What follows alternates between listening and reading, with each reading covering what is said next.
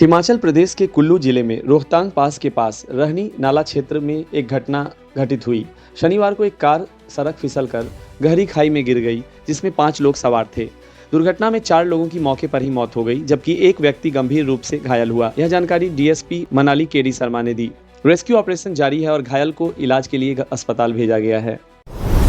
गुजरात के अहमदाबाद में भारी बारिश के चलते शहर के कई हिस्सों में जल भराव की स्थिति बन गई है। लगातार हो रही बारिश से जनजीवन प्रभावित हुआ है और लोगों को आवाजाही में कठिनाइयों का सामना करना पड़ा है।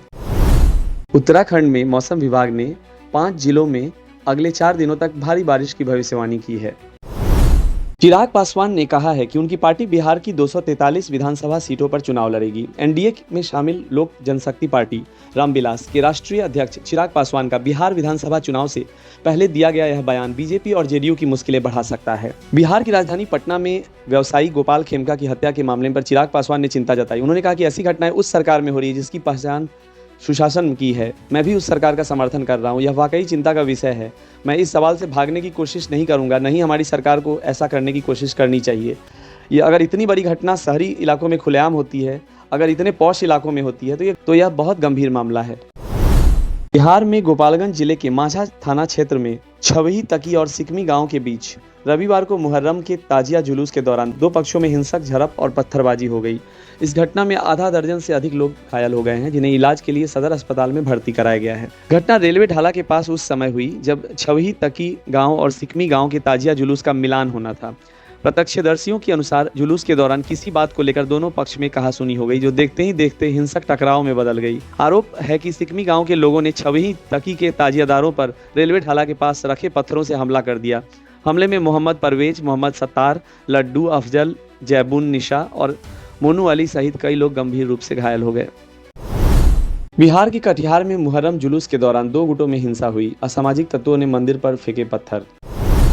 इजराइल के प्रधानमंत्री बेंजामिन नेतन्याहू 7 जुलाई सोमवार को अमेरिका के राष्ट्रपति डोनाल्ड ट्रंप से व्हाइट हाउस में मुलाकात करेंगे। इस दौरे में नेतन्याहू अमेरिका के अन्य शीर्ष अधिकारियों से भी मुलाकात करेंगे, जिनमें विदेश मंत्री मार्को रूबियो, रक्षा मंत्री पीट हेगसेथ, ट्रंप के पश्चिम एशिया दूत स्टीव विटकॉफ और वाणिज्य सचिव हावर्ड ल्यूटनिक शामिल हैं।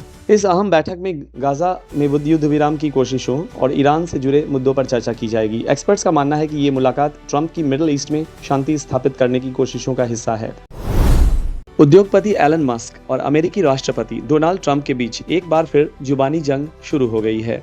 मस्क ने ट्रंप के बिग ब्यूटीफुल बिल की आलोचना तेज कर दी है, जिस पर अमेरिकी राष्ट्रपति ने पलटवार करते हुए आरोप लगाया कि वह इसलिए परेशान है क्योंकि बिल में इलेक्ट्रिक वाहन खरीद पर मिलने वाले टैक्स बेनिफिट को समाप्त कर दिया गया है।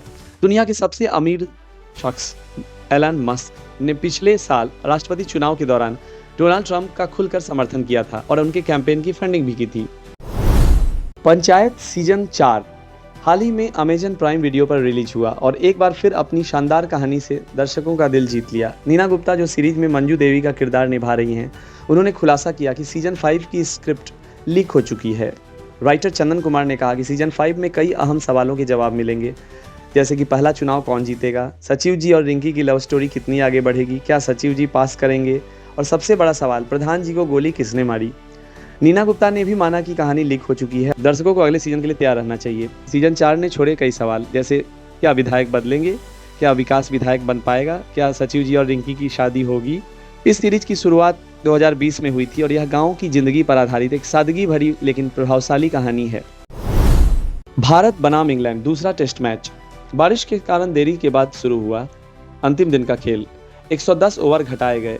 अब कुल 80 ओवर का ही खेल होगा। मैच की स्थिति दिन 4 के अंत तक इंग्लैंड 72 पर 3 16 ओवर में जीत के लिए अब भी 556 रन दूर।